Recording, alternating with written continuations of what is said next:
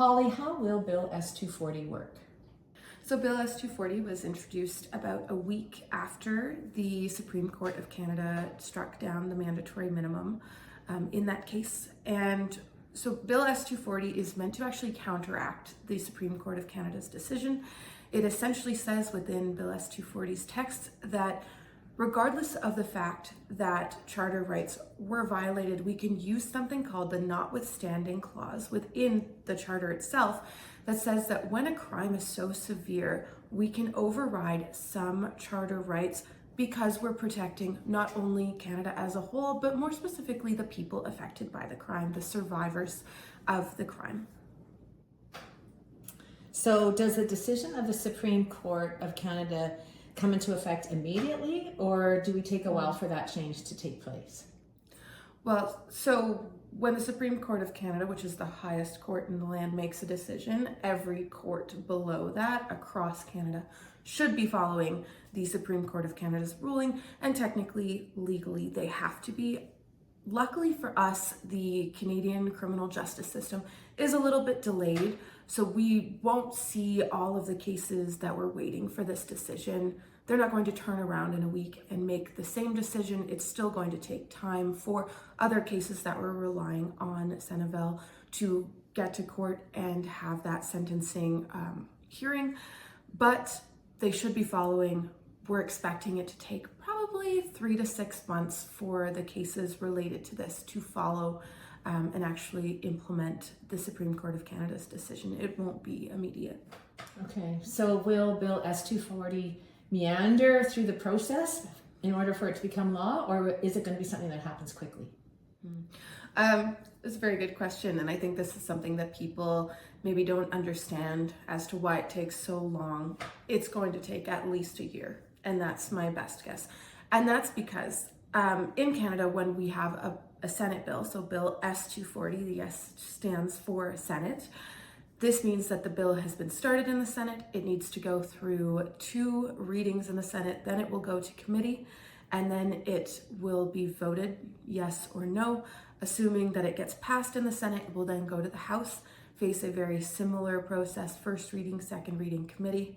And if the House of Commons votes yes with no changes, then it can go to royal assent and it will become law. But again, that does not happen overnight. It can take weeks to get a committee meeting together. You're going to pull witnesses, you're going to study not only the language in the bill, but also the broader effects of the bill. So at minimum, this is a year plus process. However, we can advocate for it to be kind of sped through the system, and we can ask for rapid passage of a bill like this, and that's where community members are really important. Sure. So is there a way to advocate for this to change? Absolutely. Yeah, I know that a lot of people assume that because they maybe don't know their MP personally, or maybe they don't have a law degree, that they can't change the world, but we can. We have a voice as citizens. What we can do, and actually Defend Dignity has provided a template, you can write to your local MP and ask for them to vote in favor of Bill S-240. We have a template that explains why it's important, why it's protecting children, why this decision hurts us and sets us back, and why it's important for Bill S-240 to become legislation. So people absolutely have a voice, and it matters, and you can write a letter, you can call your MP, and you can also reach out to Defend Dignity to ask how to get involved, how to write to committees. You can write briefs to the committees studying bills like this. There are many things that Canadians can do to make sure that our children are protected. That's great. Good. Thanks, Holly, for that. Now, what about those that have already been sentenced? With this coming into effect, what the Supreme Court has ruled, will they be able to have shortened prison terms, or how does that work? Yeah, so it's important to remember that what the Supreme Court of Canada is saying is that the mandatory minimum has been struck down. So they're not saying that child sexual abuse material, possessing it or distributing it, it's still a crime. That's what they're saying.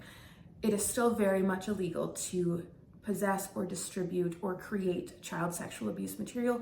However, we no longer, as judges, as a legal system, have to provide a mandatory 1-year minimum sentence to those who are found guilty. So past offenders, they've already been found guilty. They committed that crime. Other judges, other courtrooms have decided that they are guilty, and that decision sticks.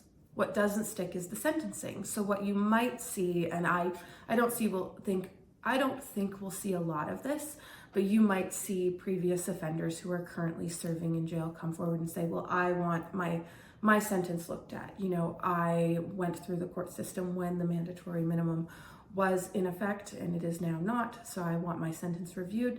However, that takes a lot of time and a lot of resources. You're going to have to appeal it, which is paperwork. You're going to have to get your lawyer involved again, and then you're going to have to go through essentially another trial sentencing hearing, which is very timely. So it would not necessarily be beneficial to a lot of offenders who have committed child sexual abuse material. And depending on the judge you're in front of, they're probably going to look at you and say, well, you committed one of the worst crimes, so we're not cutting you a break. But there is a chance that we will see past offenders come back into the courtroom asking for a lighter sentence. I don't think it would be worth their time. Sure. Okay. Well, thanks, Holly, for this. This has just been really informative. It was just devastating to hear the Supreme Court's ruling, but it's also great to see how quickly there's been a response to that with Bill S-240. And thanks for sharing how people can be engaged and involved, and we'll trust for good outcomes. So thanks for sharing this with us. Yeah, absolutely. And again, I encourage people to reach out to Defend Dignity if they have further questions, and I really encourage them to check out our blog post on Bill S-240 on the Supreme Court of Canada decision. And I offer the template to everyone in our network who might want to write to their MP. You can also write to senators, you can write to committees. Reach out because your voice matters, and we are here to help you amplify that voice.